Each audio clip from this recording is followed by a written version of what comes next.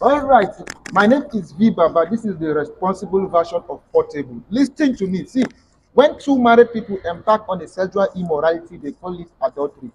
But when two single people embark on a sexual immorality, they call it fornication.